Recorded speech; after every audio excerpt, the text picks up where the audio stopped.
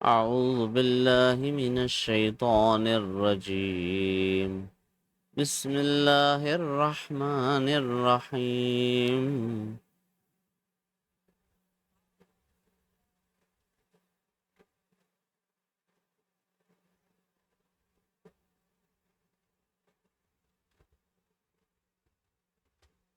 خلق السماوات بغير عمد ترونها وألقى في الأرض رواسي أن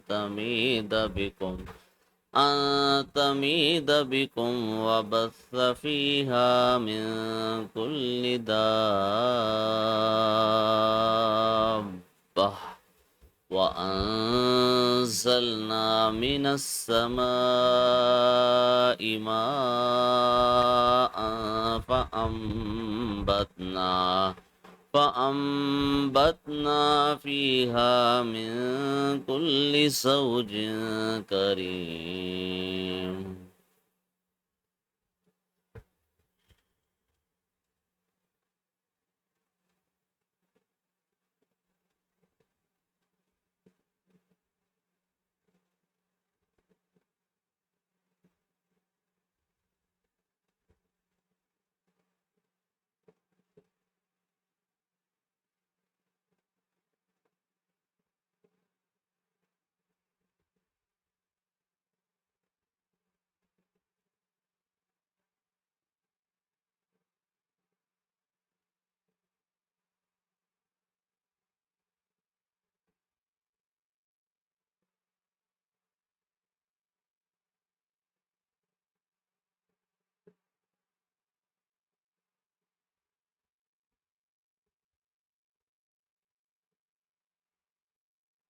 Did you read the round ha at the end?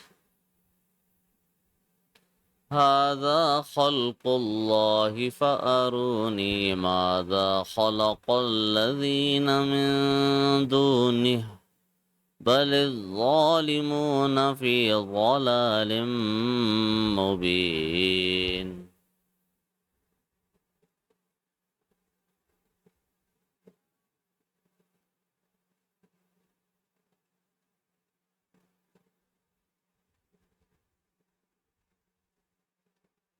أوهو دوني.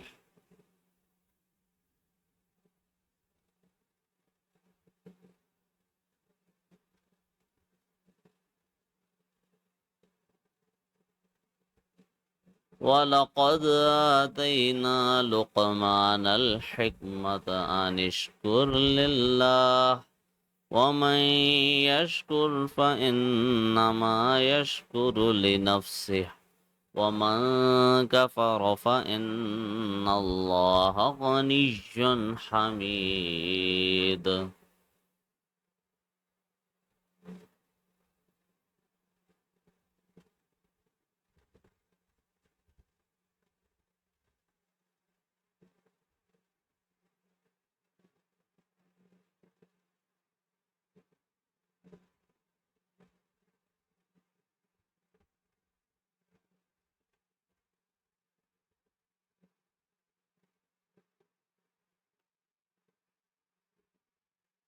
كفر كفر.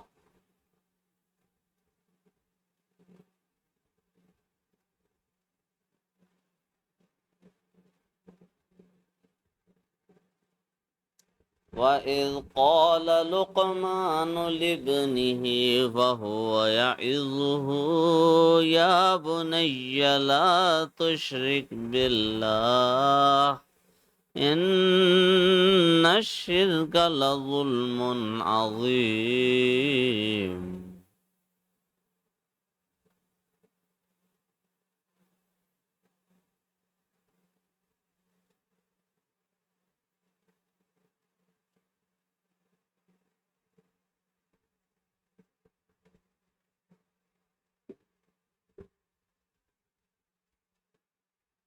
Come on, show me the zabar here.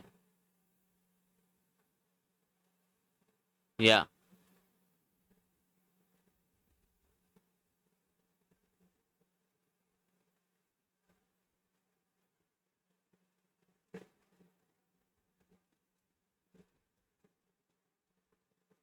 No.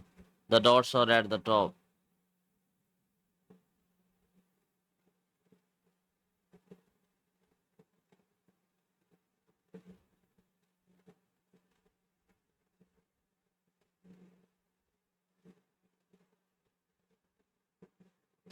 ووصينا الإنسان بوالديه حملته أمه وهنا على وهن وفصاله في عامين وفصاله في عامين أن اشكر لي ولوالديك إلي المصير.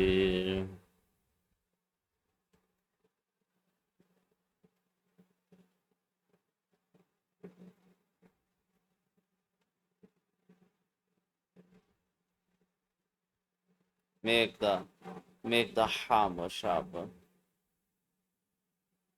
No, حملته. Okay, no kalkala on ta.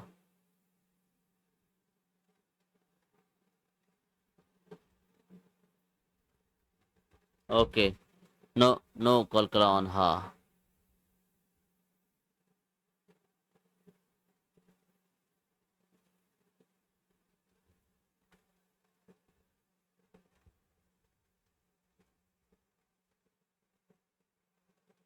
Anish Hamza.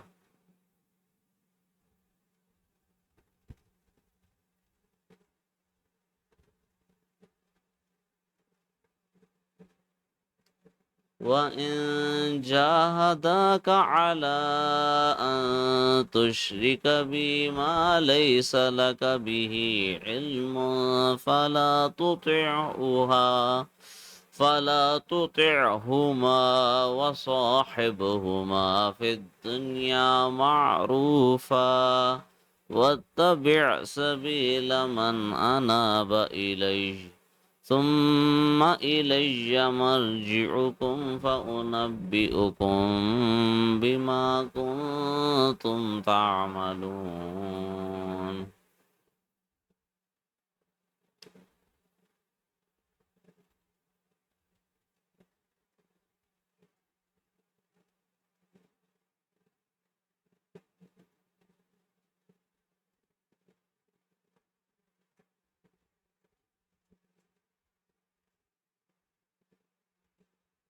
فلا تطعهما.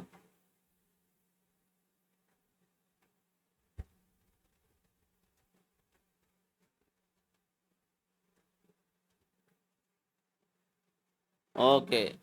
في الدنيا no kalkulaon noon.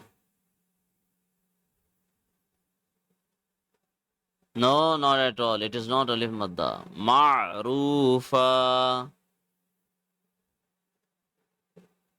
Ma'rufa. Make the ain deeper. Ma'rufa.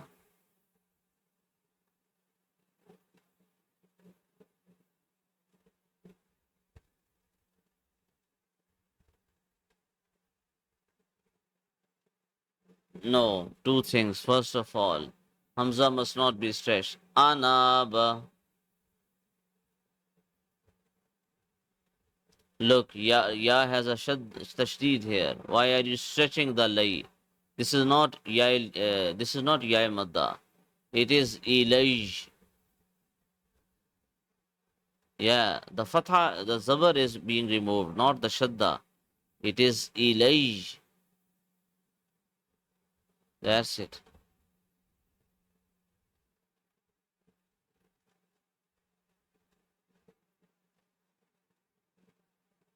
Uh-huh, uh-huh. Can't hear you. No, no, after that, please.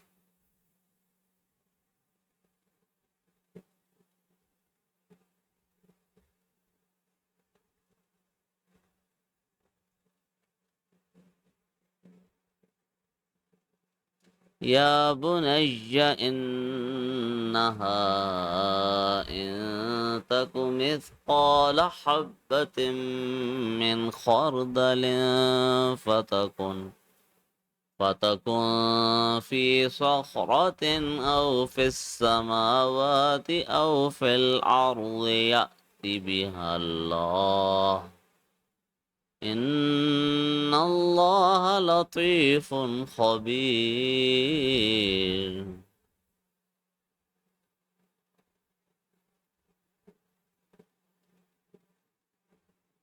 إنها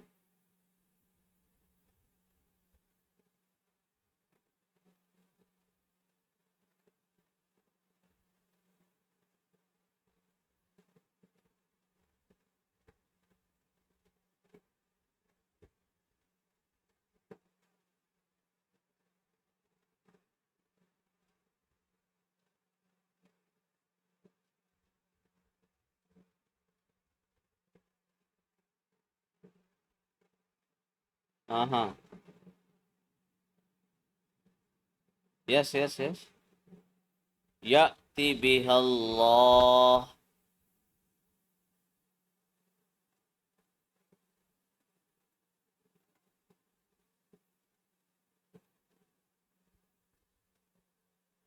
يا بني يا بني أقم الصلاة وأمر بالمعروف وانه عن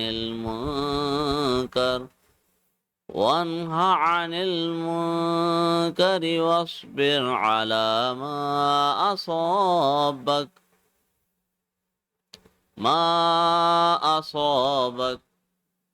يا بني أقم الصلاة وأمر بالمعروف وانه عن المنكر واصبر على ما أصابك إن ذلك من عزم الأمور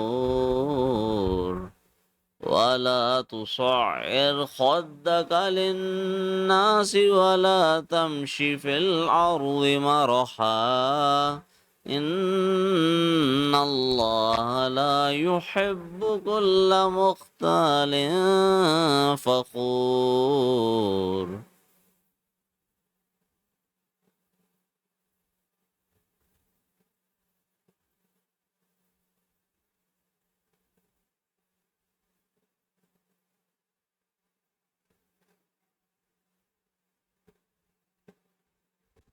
Okay, look, whenever you have to make the sound jerky because of Jazam on Hamza, don't apply kalkala here. Don't allow Hamza to move from its position. It's wa more. Yeah. No. I'm not sure why your ayn is not deep enough. Bil ma'rufi.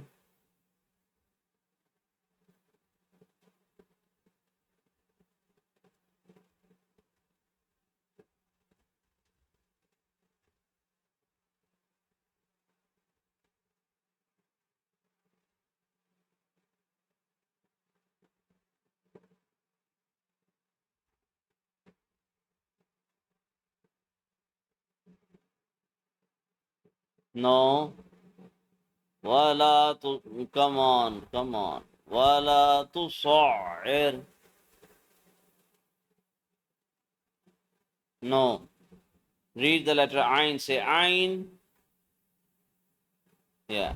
Wala tusa'ir.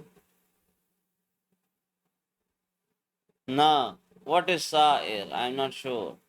Wala tusa'ir. Yeah. No. When you are reading in verse form, you again ignore the ayn. I'm not sure why. Wala tusa'ir.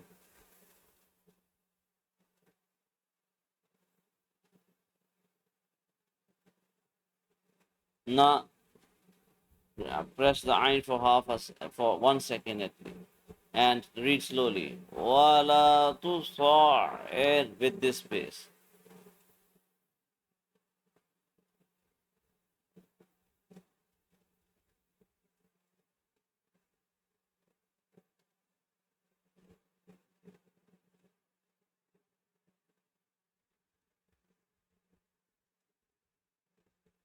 Ha ha ha. Yuhibbu, not yuhibbul.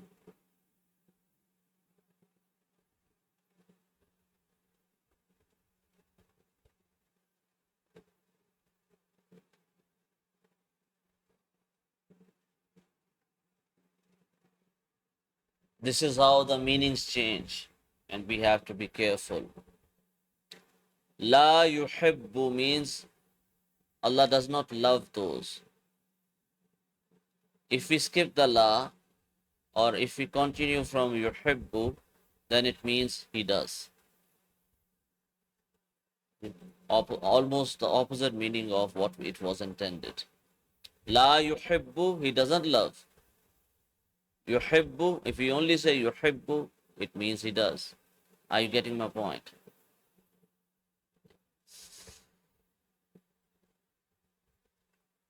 Sadaqallahul Azim.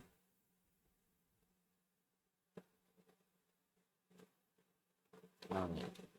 In the name of Allah, the most compassionate, the most merciful. Alif, Lam, Mim, only Allah knows its meaning. These are maqata'at letters, only Allah knows the meanings of these. There before, in the beginning of some of the surahs, these letters come, only Allah knows the true meaning of what it means. There is no doubt or error in this book. The Quran which Muhammad sallallahu alaihi wasallam recites to you, in it is a means of guidance for those with taqwa, for those who carry out what they are commanded to do and who abstain from what they have been forbidden. So the first requirement in order to gain guidance from the Quran is taqwa. A person who abstains from sins and do good deeds. He is the person who is a muttaqi. He is the person who has taqwa. So once Sayyidina Umar radiallahu anhu, when he was the Khalifa, he asked one of his companions or one of his friends that in the Quran the word muttaqi is repeated again and again. What is the meaning of muttaqi, or what is the meaning of taqwa? So that Sahabi, that companion of the Prophet sallallahu alaihi wasallam and friend of Sayyidina Umar radiallahu anhu, replied, have you ever gone through a place where there are a lot of bushes, uh, which are pointed bushes with thorns? And Sayyidina Umar radiallahu anhu replied, yes, I do so, because that was a desert. They encountered such things a lot. So that person then asked again, how do you pass through that area where there are a lot of thorny bushes? So Sayyidina Umar radiallahu anhu replied back, I take care of my clothes and I very carefully pass through so that my clothes are not stuck in the thorns and they are not torn apart. So that person then replied back that this is what taqwa is. You live your life very carefully, very consciously, and avoid sins as much as possible. This is what taqwa is. All right. Those with taqwa are they who have iman. Now, those who have taqwa, now their conditions are being set. What are the requirements in order to become a muttaqi? Who have iman. So first of all is faith. You cannot abstain from sins unless you don't have faith. We abstain from sins for two things. Number one, not to lose our popularity in this world. But that is a shallow achievement. And the real deal is in order to avoid punishment in afterlife. And when a person commits sins in this world also, he gets punishment in different forms. But the eternal punishment, the punishment of the afterlife, that is more dangerous. But those with taqwa are they who have iman, in who believe in the truth of the unseen. All right. So who have iman in the unseen. Okay, what is unseen? Paradise, hell, jinn. Allah Himself is unseen because we cannot see Allah in this world. And all of these things, the angels, they are also the unseen. Everything mentioned in the Quran and the Sunnah which cannot be seen is unseen. In fact, the whole afterlife is unseen. So, the believers are those, and the muttaqis are those who have iman in the unseen, who establish salah. All right, one is to just read the salah. That is a different thing. But establishing the salah, what does it mean? Okay, it is explained already. They regularly perform salah, ensuring that all its conditions are fulfilled. This is what establishing salah means. They take care of the cleanliness of their body and their clothes. Whatever they are earning, that is halal. If a person is earning and eating and consuming halal, haram food and haram clothes, what I mean is that if his or her livelihood is haram, then whatever worship that person does is rejected immediately. No good deed of that person is accepted if that person is eating haram things or earning his money from an illegal way. Then Allah does not give reward for any good deeds that person does. No sadaqah, no charity, no zakah is accepted. No salah is accepted. No Quran is accepted. Nothing is accepted from that type of person. So first of all this. Secondly, learning the timings of the prayers. We have to offer prayers on the correct timing. Thirdly, we have to be clean. We have to know how to clean ourselves. When we become unclean, we have to learn the rules of ghusl, the Islamic bathing, when it is fard upon us, when it is obligatory, when it is not obligatory. When it does become obligatory, how will we take bathe ourselves? There are many people, unfortunately, many Muslims who are 80 years old but who do not know how to perform ghusl in an Islamic way. Too bad. For the rest of their lives, they remained unclean. No worship of theirs is accepted. How can any worship be accepted? If a person is unclean, he even does not know that he is unclean. He only knows how to criticize Muslim teachers, Quran teachers, the Qaris and the Maulvis and the Maulanas. He only has this to say, but he does not know himself how to become clean when you are unclean. He enters the masjid, he is disrespecting the masjid, and also he is disrespecting Allah.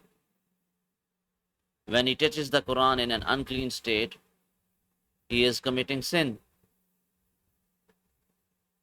So, but unfortunately, this is the state of the Ummah, and that is why it is being destroyed, being humiliated.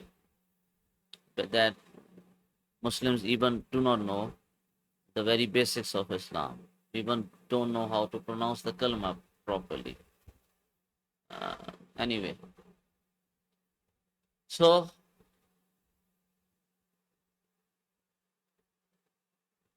knowing the timings of the prayers, knowing how to clean yourself, how to clean the clothes properly, keeping the clean clothes, knowing the tajweed of the salah, knowing the words which we have to say in the salah, memorizing them properly with correct pronunciation. After that, knowing the meanings of the salah. So, in salah, first of all, we praise Allah.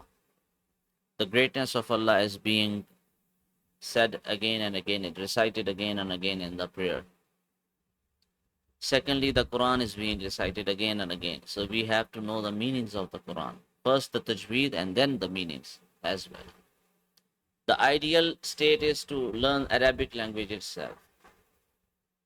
But if one does not have the capacity or the time to learn the language, then at least one has to keep the translation and the correct meaning of the words in mind. Because everything mentioned, so because Quran is actually, you can say in social terms, it is the constitution of Islam. It is a book in which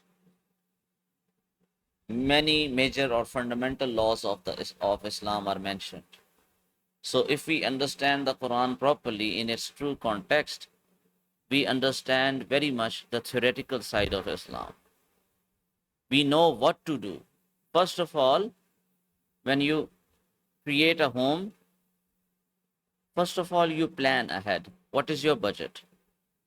Then you inquire about the material. Then you plan that how large this house should be and how much you can afford according to your budget. Then afterwards, you create the architecture of that building. Okay, you draw that building on paper or uh, on computer in a software related to that. Execution comes later. First of all, it is planning, researching, analyzing. Execution comes later on. If a person does not know what Islam even means, what Islam is demanding from that person, what will happen? Action without knowledge is dangerous. It will lead to hellfire. That is why those extremist groups who are uh, giving a bad name to the Ummah, and they are doing inexcusable things to common public who don't have to do anything with war. They are civilians and they are doing harm and damage to the civilians, thinking that they are waging jihad. That's totally wrong. And what they are doing is because they don't have the proper knowledge of Islam. When intellectually and theoretically, if a person is ignorant, how can he execute? So understanding the Quran is very important. Quran does not explain how to perform the prayers. Quran only instructs us to offer the prayer. So that the importance of Salah is established in our minds first. So what Quran does is purify our soul, purify our mind, purify our thoughts. Thoughts become things. First of all, it is the thought, it is the mind which has to be corrected. And it is our inner state which has to be rectified. And then, as the time progresses and we learn how to execute or how to implement different aspects of Islam in a proper way, we change our character and our personality according to that. But first, we have to know what we need to do. And the Quran is the first and most important source to know that. So the understanding of Quran is also one of the conditions of establishing the Salah properly. Knowing the etiquettes, knowing the Sunnah. Actually, Salah is what? Salah is a training program, character building training program. If we understand the philosophy behind Salah, it's not a simple task. Now, there are many people who give this idea, or Shaitan has introduced this idea to them, that look, Islam is all about honesty, truthfulness, being nice to the neighbors, being nice to elders, loving each other, caring for each other. Salah is my and God's personal matter. If you perform the Salah, but if you commit bad deeds, what benefit that Salah can be? This is a common misconception among many Muslims, especially many modern Muslims. Now, the problem is that why do they say this? Because Many people who are offering prayers do not understand what prayer is about, what salah is about. They are just ritualizing the act. And this is why that salah is not affecting their character, and that is why those modern Muslims are giving these excuses. Their religion and Islam is all about having good character. It is not about doing rituals. Now, salah is not a ritual. This they need to understand first. If they understand the concept of the salah, then they will realize that it is not a ritual. Those people who practice it or offer it without understanding it, they are not establishing the salah. They are just reading it without understanding. That is why that salah is not affecting their character. So salah is in reality, uh, the essence of Islam. That is why it is called the pillars of Islam. It is called one of the fundamental pillar of Islam. Why so? Because if we truly understand its inner meanings and its depth, only then we can rectify our character. So first, praising of Allah. Second, the Quran itself, which is the constitution of Islam. Third, love for the Prophet. The durood, which we read in the Salah. What is it? Why do we read the durood? Because our Prophet has sacrificed his whole life for us. Without him, Islam couldn't reach to us. We couldn't understand Islam. So, the religion of Allah is Islam, but the medium through which it has reached to us, that is the messenger and his companions. So, we are demonstrating our love to the Prophet by reciting the durood. Now we have to understand the philosophy of the durood. And if we understand the philosophy, how can we do so? By studying the seerah of the Prophet, by studying the life of the Prophet. If we know our Prophet's life story as much as possible and we try to follow his footsteps, then only we can have true devotion and love for our Prophet. It is not only about raising slogans or saying just certain things and just reading some poems in the love for the Prophet. That is not true love. True love means to follow the footsteps of the Prophet. How can we follow the footsteps if we don't? Okay. How can we? Is it clear now? Yeah, I think there is some problem in my internet. I talked to the internet service provider. So inshallah, I complained. So it will be inshallah get resolved sooner. Can you hear me now, by the way? All right, I think it's time to go, inshallah. Assalamu alaikum wa rahmatullah.